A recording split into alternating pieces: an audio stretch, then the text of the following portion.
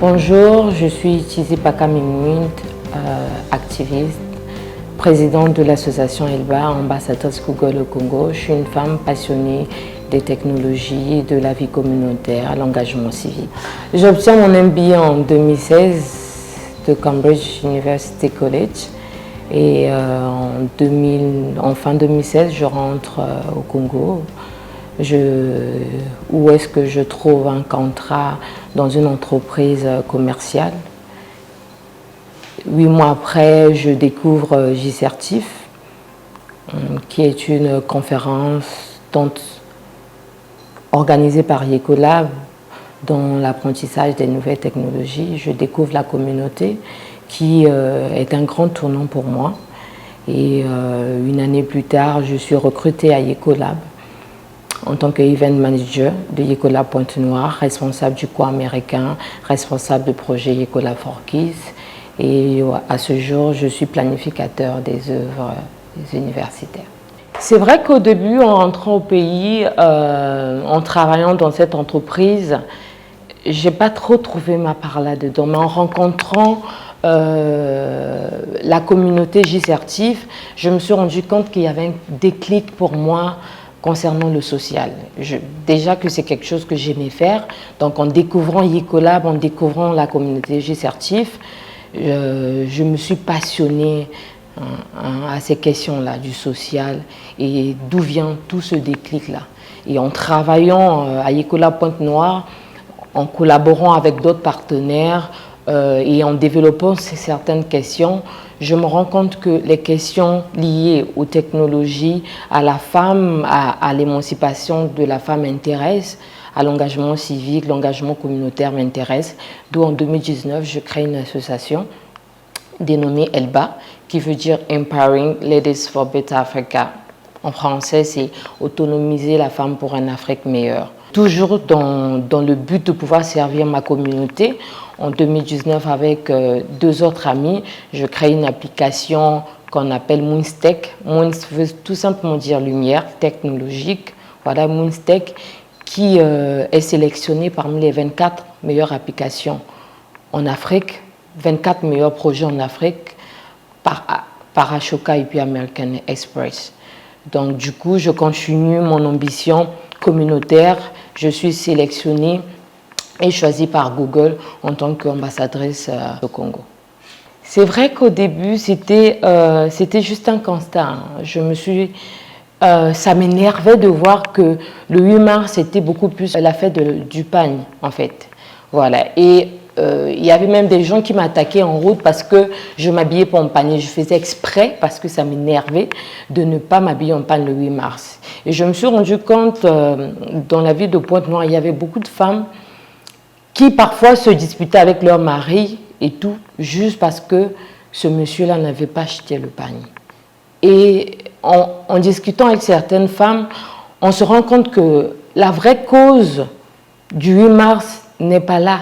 Et ces femmes-là étaient plus focus sur la fête et puis sur le pagne. Donc d'où vient ce constat-là? En voyant ces mots-là, je me suis dit non, je pense qu'il est temps quand même de pouvoir sensibiliser les jeunes femmes à pouvoir changer de mentalité. La mission clé de l'association ELBA, c'est l'autonomisation de la femme. Et dans l'association ELBA, nous avons plusieurs projets. On peut dire 5 grands projets qui est scholarship. C'est vrai que la majorité des projets, on les a, c'est en anglais. On a scholarship pour la scolarisation des enfants parce qu'on s'est rendu compte que pour que la femme soit épanouie, il faille que sa progéniture puisse être dans de bonnes conditions, puisse avoir un avenir. Donc pour nous, la scolarisation des enfants et de ces jeunes femmes-là est un problème majeur que nous voulons vraiment résoudre dans l'association Elba, pas juste à Brazzaville, Pointe-Noire, mais dans les communautés, dans les localités à l'intérieur du pays. Et on a le Giving a Smile qui est un projet qui veut simplement dire d'abord donner un sourire, voilà, qui vient à l'aide à l'orphelin et puis la veuve. Vous voyez, ici au Congo, on peut dire en Afrique, hein, il y a beaucoup de femmes qui, surtout la veuve, qui ne comprennent pas leurs droits. Donc on s'est rendu compte qu'il était temps pour nous de pouvoir sensibiliser ces femmes-là sur leurs droits. Et puis on a Elba Summit qui est la grande conférence qui se passe chaque mois de mars. Pour l'an passé, on l'a fait à Gambouma et puis Oyo. On a Agri-Woman qui vise à aider les femmes vivant en milieu rural à pouvoir s'investir dans l'agriculture, parce qu'on s'est dit que ces femmes vivant au milieu rural ne vont pas forcément repartir à l'école, mais il faut peut-être les aider, vous voyez, à pouvoir sponsoriser des projets d'agriculture. La passion liée aux questions de femmes viennent de mon parcours, je peux dire, universitaire. Comme je vous disais tantôt, étant à l'étranger, je me suis rendu compte que la femme de l'Afrique de l'Ouest est très battante. Elle est autonome comparée à la femme, on peut dire, en Afrique centrale. Hein. On peut dire que par rapport à mon expérience, c'est ce que j'avais observé. Et je me suis dit que il fallait bien servir ma communauté et comment venir en aide au travers de ces questions-là. Non, mais je pense que ces questions ont quand même évolué, hein, parce que il n'y avait pas de loi avant qui protégeait la femme. Mais grâce au progrès, grâce au travail des femmes, on a aujourd'hui quand même une loi au Congo qui protège les femmes, la loi Mouebara. Cela prouve que la femme congolaise a pris conscience de son implication dans la société. La femme congolaise comprend mieux les mots qui les peignaient, donc a voulu trouver des solutions par rapport à ça. Et je pense que c'est déjà un grand pas pour nous. Nous continuons à travailler et nous croyons qu'au fur et à mesure, la femme congolaise prendra plus de décisions qui pourront l'impacter et aussi impacter son environnement. Pour moi, hein, je pense que la femme congolaise devrait jouer sa participation au développement économique déjà dans l'éducation, hein, dans la formation.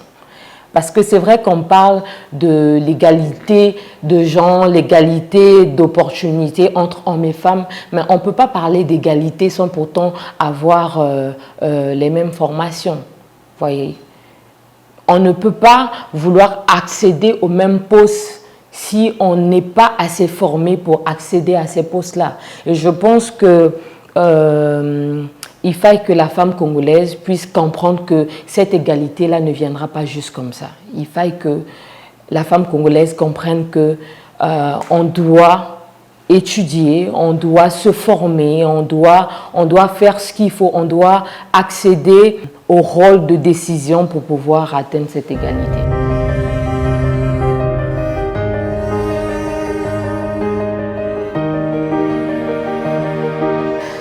Je pense que le challenge au niveau de l'association et au niveau de ce combat-là au Congo est beaucoup plus financier. C'est quand même difficile pour nous en tant que femmes, en tant que communauté, en tant qu'association, d'avoir du financement pour pouvoir accomplir nos projets.